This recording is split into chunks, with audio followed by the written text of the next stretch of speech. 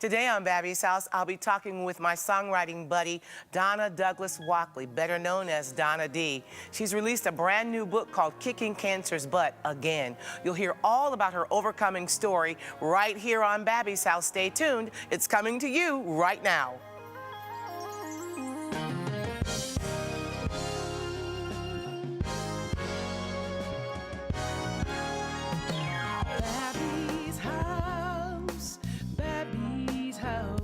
Every day is filled with possibility. At Babbie's house, everybody is family. Welcome to Babbie's house.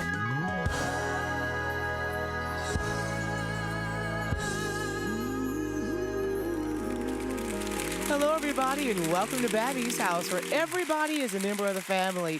You're so welcome here, and I'm glad that you've joined me today for the show because one of my very dearest friends and one of my finest songwriting buddies is joining me for today's show. Her name is Donna Douglas Walchle. She's a powerful songwriter and a great author. She's written a book about her journey with cancer called Kicking Cancer's Butt Again. So that lets you know that she's been on that round before. You're going to hear all about her overcoming story and how God has caused her to be victorious again. You'll meet Donna Douglas Walchle in just a little bit. But right now I want to sing a song that she and I wrote called Teach Me to Love Like That.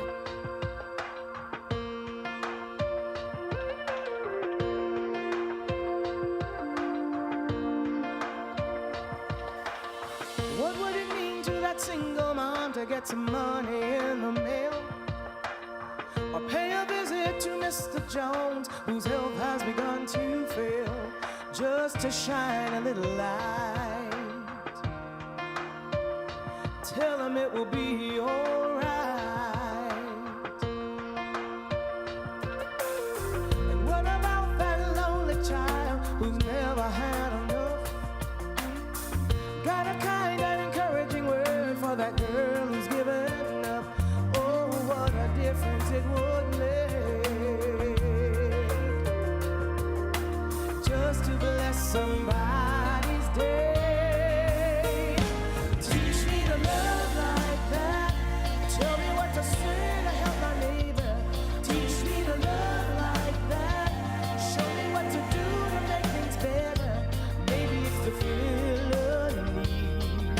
or plant a seed, or give where there is lack. I wanna be like you, Lord. Teach me to love like that. Maybe it's delivering a pretty bouquet to that lonely little lady, or paying a bill for an out-of-work dad who wonders if he'll make it just to hear somebody out. Relieve them of some fear and doubt. Surprise that man on a fixed income by taking him to lunch. Or maybe it's to babysit for that mama during a time crunch. Oh, you just never know how you can touch some weary soul.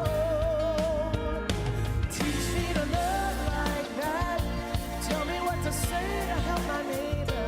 Teach me to love like that. Show me what to do to make things better. Maybe it's the feeling or plant a seed, or give where there is lack. I wanna be like you, Lord. Teach me to love like that. I don't just wanna see the need, but I wanna be there. To someone's prayer, to someone's prayer. Teach me to love like that. Teach me to love like that. Maybe I could feel a need, or maybe I could plant a seed, or give where there is a lack. I wanna be like you, Lord.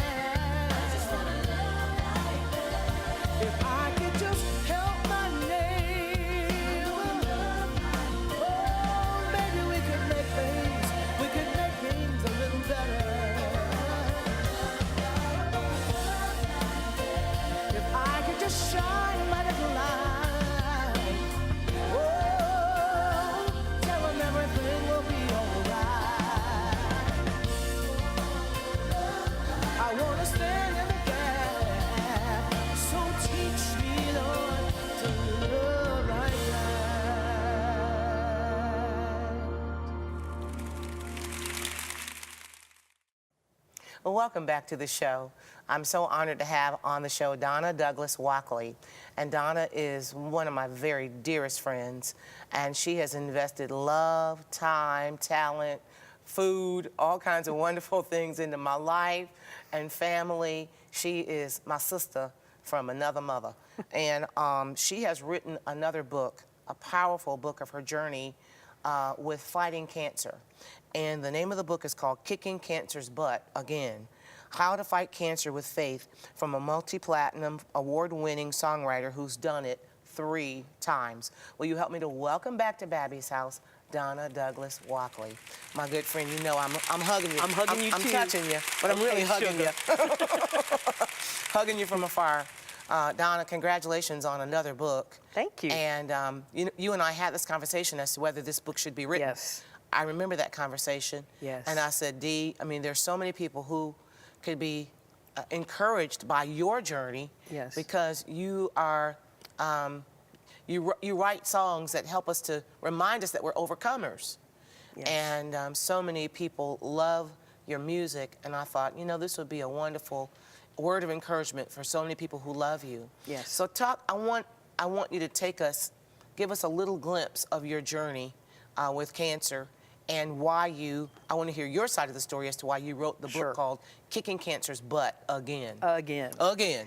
Well, as you know, I have had it 3 times, and I know there are a lot of opportunities for people to have support as they go through cancer. A lot of people want to wear a ribbon of their color cancer. A lot of people want to join a support group, drink out of an I Kick Cancer mug, you know, do a walk or a marathon. I never wanted to do that. I just wanted to get over it and on with it. Mm-hmm. And I said I would never write a book about cancer. I said I never wanted to dwell on the subject of cancer. I didn't want to camp there, revisit it. I just wanted to get on with life, you know, back to life.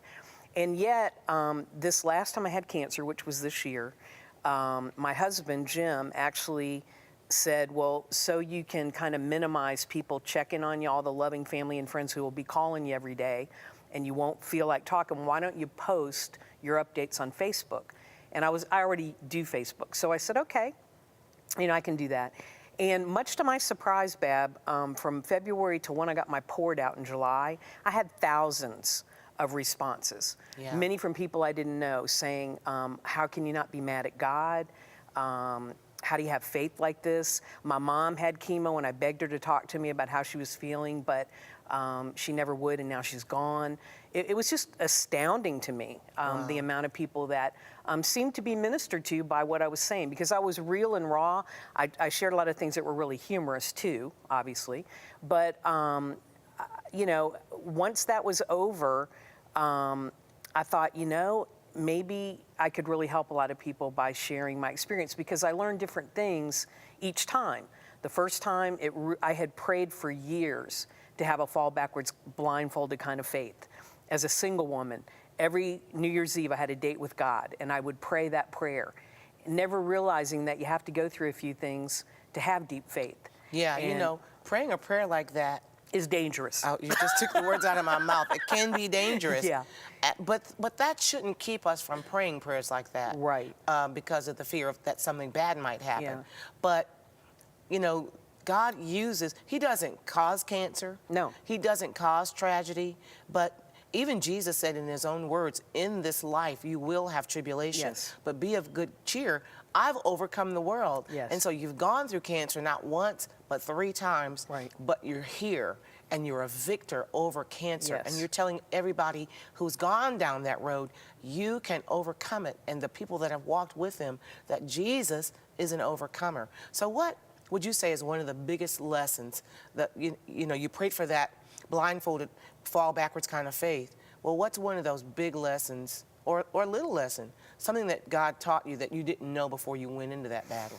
Well, I said at the end of almost every Facebook post, good will come of this, because God promises that He works everything together for good to those who love Him and who are called according to His purpose. And it's hard to think about, you know, how can good possibly come out of cancer, or the residue that may follow, financial problems or joblessness or things that can come along with it. But yet God says He will work all things together for good. I remember the first time I had cancer, I had to do all these odd jobs, babysitting and watering plants at the mall. And one day, watering plants at the mall for him, the group For Him, was at the mall doing a record signing.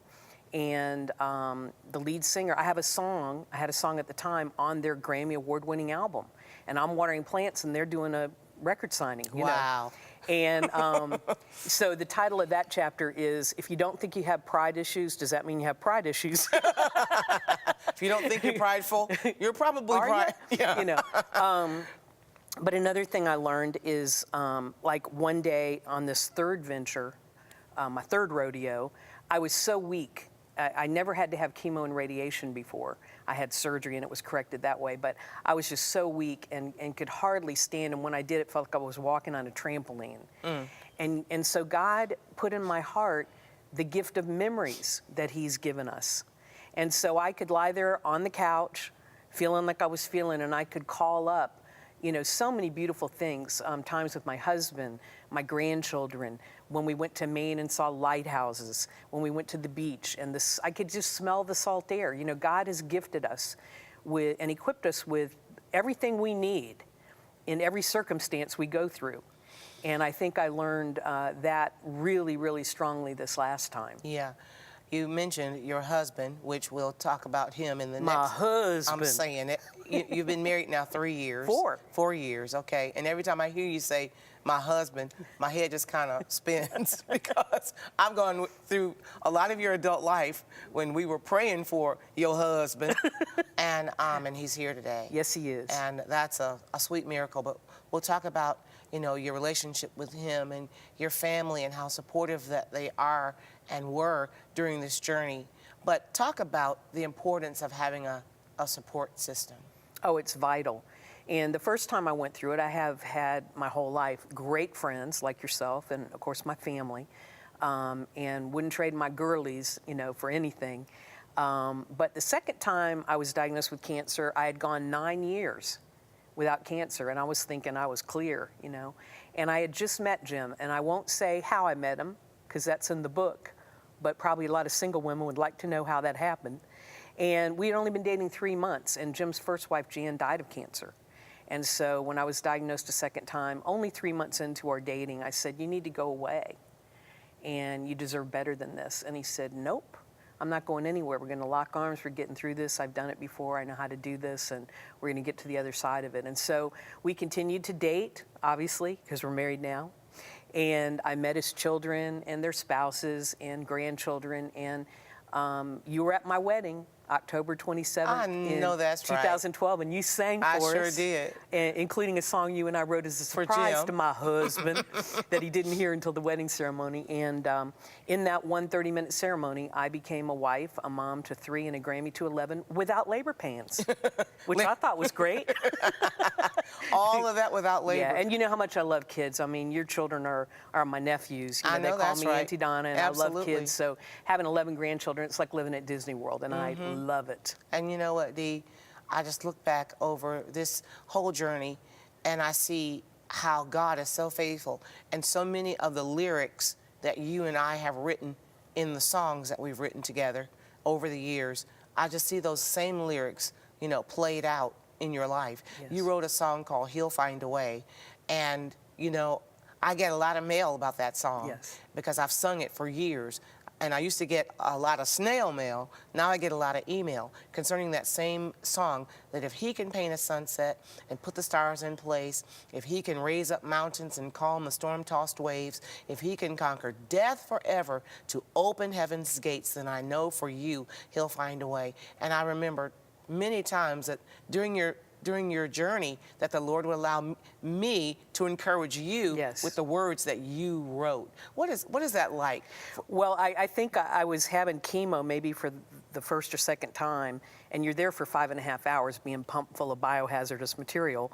And so I decided to listen to not just any music, but our music. Yeah. And so I went to Wow. my library, and I had this one list put together of about 25 of songs that you and I wrote, and just started listening to that, and I mean, I was just so encouraged. Yeah. You know, just by listening to our own music. Yeah. Well, you know, I think this segment's going to be longer than I think, so I'm not going to wait till the next segment to ask you about Jim.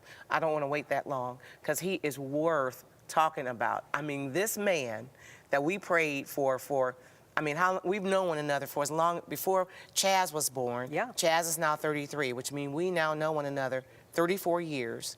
And so for 34 years, or 30 years, we prayed for this man. Yes. And Jim Walchle walked into your life.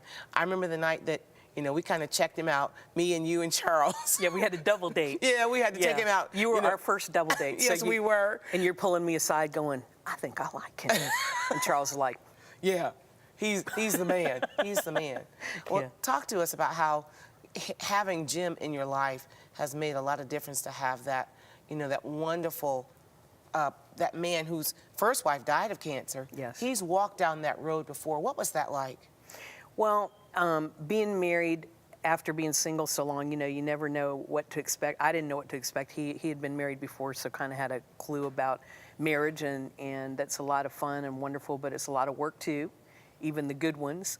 The good marriages. But you know, I'll tell you what I love and still love. You know, when I walk out of the bedroom in the morning, and he's an earlier riser than I am, and he's sitting there reading the Word, you know. Praise and God. he says the same thing every day. There I am with my Rod Stewart Jr. hair, you know, sticking up all over the place. And he says, good morning, cutie. And I say, good morning, Stevie Wonder, you know, because he thinks I'm is. cute no matter what. I know that's right. And Isn't she love is lovely? blind.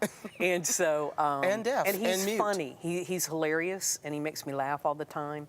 And he has such a tender heart. That's probably my favorite part about him. If we ever see anybody in need anywhere, I know we're stopping. I know we're going to stop. Yeah. And it doesn't matter where we are. We could be on a trip, getting off the expressway and see somebody at the gas station in need, or we could be at the Home Depot and see somebody in need. If we see somebody in need, or if I mention, I remember one time at dinner, I was telling him, a friend of mine who's a single mom, I said, she can't apply for any jobs because her laptop broke. Well, after dinner, he said, well, are you coming? I said, where are we going? He said, well, we're going to go get her a laptop. Wow. You know, I mean, that's just how he is. And I am one very blessed and fortunate woman. Amen. Yes, you are. Yes. And you know, when you live what you write, you know, there's an old gospel song that says, "Lord, I want to live the life I sing about in my songs." And that's what you do. And you and I, you know, we write these beautiful lyrics, and I think oftentimes we're the first ones who get blessed. Yes. Of the songs that the Lord gives us. I want our viewers to know how they can get the book. Well, they can go to my website, which is www.donnadhere, H-E-R-E, like you're taking roll, donnadhere.com. And when they get there on the front page, there's a picture of the cover, and they can just click on that, and it'll take them right where they need to go to order it. That's awesome. And it's an ebook, but also audio. And because I'm a songwriter, I had to write a little mini soundtrack to go with the book. And so the first song coming out is called Bald is Beautiful. Oh, awesome. Because I think women going through chemo, I think that should be a badge of courage. They're Awesome. warriors who are fighting the fight. Well, I know we're going to hear a little bit of that song before the show is over. And, you know, Dee, the Lord has, I think sometimes He entrusts us with a challenge, and it's like, what are you gonna do with that? What are you gonna do with that challenge? Will you be kicking and screaming, or will you use this challenge to allow, as you say, something good to come from it? Yes. So I want us to see this this roll in of your song, because it seems like whenever there's a challenge, this is a reason to write another song. Let's write about this. Let's not cry about it. Let's write about it. And I wrote it with Mama Jan Smith, We love Jan who's Smith. the vocal coach for Justin Bieber and Usher and the band Perry, and Cool. she's singing on it. Cool. Well, let's check it out right now.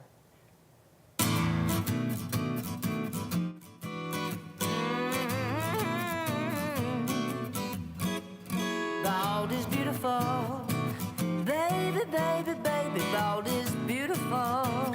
Yeah.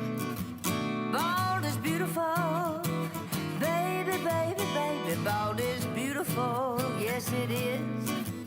So go ahead and know it, wear it well, be proud and show it. Bald is beautiful, oh yeah. Bald is beautiful. Baby, baby, baby, bald is beautiful. Yeah. Bald is beautiful. Baby, baby, baby, bald is beautiful. Yes, it is.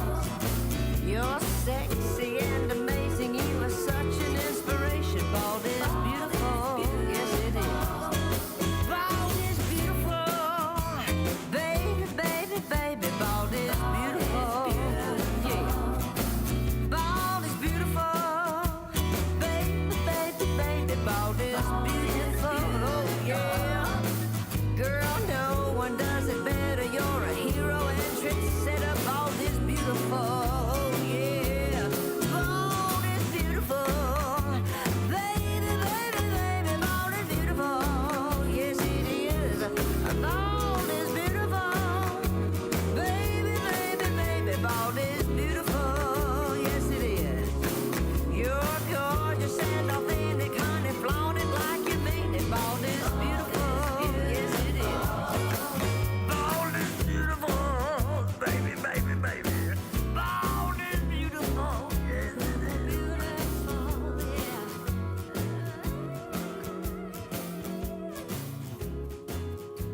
Oh, it's beautiful.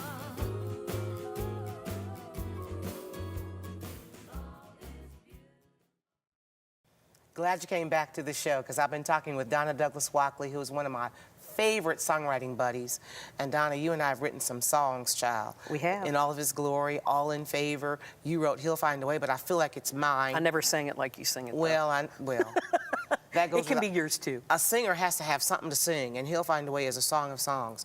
But there's a song that we wrote called Pray On, and I want you to tell a little bit of the story in just a few seconds if you can. Well, I was at First Baptist Atlanta, Charles Stanley, and he was preaching on Daniel. faith, on faith, and he had this pen and ink of Daniel in the lion's den.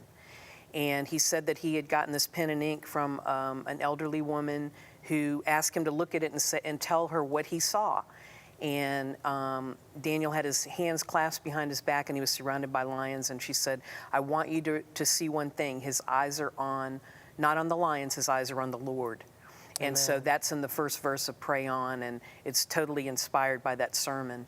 And you and I wrote that, and it's gone all around the world. Well, honey, we have written some songs like, what can separate you from the precious love of God and in all of his glory? Yes. And if you love my Jesus, let me see your hand. If you love my Jesus, take a stand. Do you love him? Yes. All in favor, say I. And listen, I don't think we're stopping yet. I think the best is yet to come. Thank you, Dee, Absolutely. for being my special guest today, my friend. Thank you for being my friend. Amen. And for making me write my book. I heard that. Yes. Praise God. Thank you, Jesus. Come back again. You got an open door policy. Anytime. And to you, my friend, thank you for joining me here on Babbie's House. Will you do me a favor and reach out to me at Babbie.com and let me know that today's show has been a source of encouragement to you? I want to know that, so I'd love to hear from you. Or remember, Proverbs chapter 3, verses 5 and 6. Trust in the Lord with all your heart and lean not to your own understanding, but in all your ways acknowledge him, and he will direct your path. God bless you. Thank you for watching the show. Join me next time for Babbie's House. I'll see you then. Bye-bye.